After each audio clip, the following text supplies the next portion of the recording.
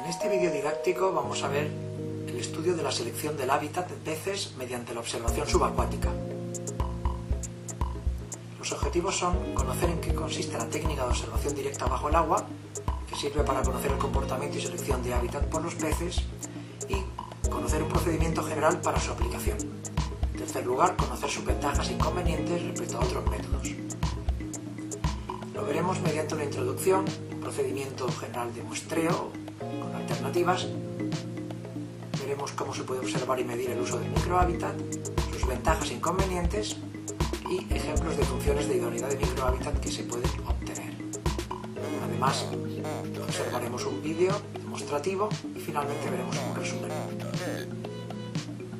Para introducir este tema, primero hay que decir que en la Unión Europea es necesario monitorizar el estado ecológico de las aguas y la mejora de dicho estado hasta llegar a un estado bueno, según la Directiva Marco del Agua.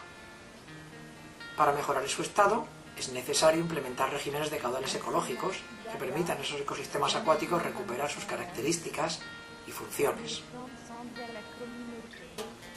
Estos estudios del régimen ecológico de caudales se pueden hacer por varios métodos. Uno de los más aceptados y contemplado en la Instrucción de Planificación Hidrológica de España está basado en la simulación del hábitat, es decir, que se basa en evaluar las condiciones hidráulicas de un río como hábitat para los peces.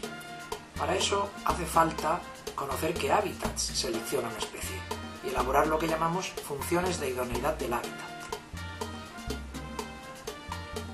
Con eso podemos analizar distintos regímenes de caudales ecológicos y valorarlos.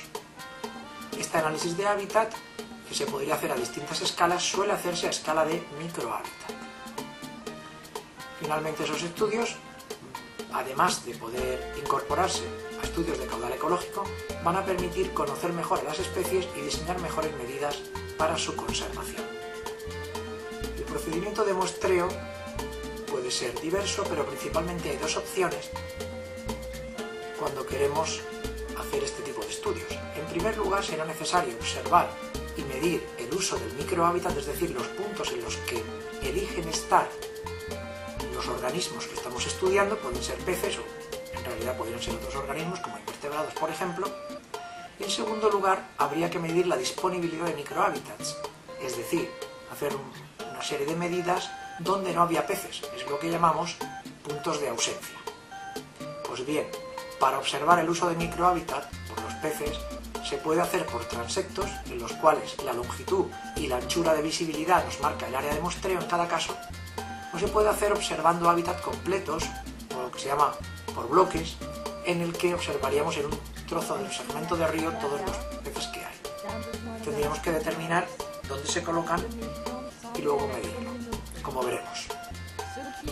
Como consideraciones fundamentales, pero muy abreviado para esta presentación, diremos que el muestreo debe incluir hábitats de distintos tipos, con igual esfuerzo, igual área, y que debemos encontrar una heterogeneidad natural de distintos hábitats para ver realmente qué eligen los peces y naturalmente una baja o nula alteración por el hombre. Para observar y medir el uso del microhábitat, uno de los métodos que suele utilizarse es este. Un primer paso sería la observación de estos individuos o grupos bajo el agua, a veces son bandos de peces. Entonces, esto se realiza durante un tiempo, observando que los peces no estén alterados, que su comportamiento es normal. Eso requiere una serie de tiempo y el observador, como puede ser el caso del buceador del dibujo, de la imagen, puede tomar unas notas subacuáticas sobre un número de registro o marcador metálico que va a utilizar, la especie observada, la etapa de desarrollo o su clase de longitud, la altura a la que está sobre el lecho, altura focal, y el número de individuos que había si era un grupo. A continuación, se hace un marcaje como tercera etapa, es decir, colocar unos marcadores una vez que hayan sido observados y que ya no importa molestarles, se coloca unos marcadores en el fondo con una numeración, que es el número de registro, y una vez localizados esos marcadores en el sitio, pues podremos, contando con otro personal o con la ayuda de otras personas, ya entrar en el cauce y medir dónde están esos marcadores una serie de variables hidráulicas y del hábitat, como puede ser, no necesariamente todas, pero algunas de las que suelen utilizarse: profundidad, la altura focal a la que estaba el pez, velocidad media de la columna de agua, velocidad focal en el punto de esa altura del pez, tipo de sustrato o sus porcentajes, distancia a la orilla y refugio disponible. Este es el caso de la metodología aplicada en la tesis de Martínez-Capell en la cuenca del Tajo. A continuación veremos un vídeo en el que se explica claramente esta metodología. Vemos cómo el buceador se introduce despacio en el agua para empezar a observar los peces. En este caso se trata de un tramo de observación para la trucha común ibérica en el río Cabriel, y aquí vemos uno de los marcadores con una cinta roja y al fondo una trucha que mantiene su posición. Estos son los marcadores y aquí vemos la trucha que se mantiene cerca del marcador de posición que se ha puesto con un número determinado. Se puede ver. Este es otro y este es el buceador colocando un marcador cerca de uno de los peces. Ahí se ve una trucha que se mueve cerca del fondo alimentándose y cómo lentamente, en este caso con una vara graduada, se va colocando ese marcador que luego se va a poder medir más adelante. El buceador intenta mantenerse en zonas de refugio donde pueda observar durante mucho tiempo a los peces sin molestar, y aquí se puede ver cómo viene la trucha. Las personas que colaboran fuera están tomando notas y haciendo un croquis del tramo y dónde se colocan, mientras que aquí el buceador se veía cerca de estas dos truchas comunes ibéricas tomando notas de esas variables mencionadas antes, principalmente el marcador que va a colocar para esa especie y la altura aproximadamente en porcentaje donde estaba, el sustrato y el refugio que la rodea. ¿Qué ventajas e inconvenientes presenta este método respecto a otros de observación de la selección del hábitat por los animales o por organismos acuáticos? Pues bien, la primera ventaja es que permite observar el punto focal, es decir, la altura sobre el lecho, y hay diferencias significativas entre las especies, lo cual es interesante ecológicamente.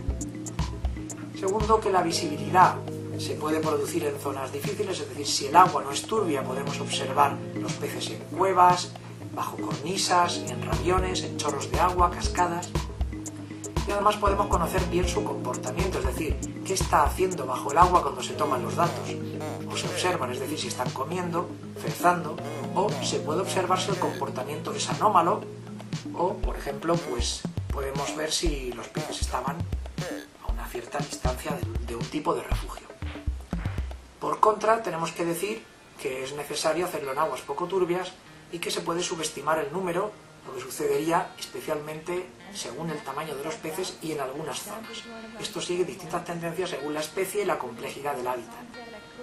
Esto significa que podría producirse un cierto porcentaje de lo que llamamos falsa ausencia, es decir, datos no registrados donde realmente había peces.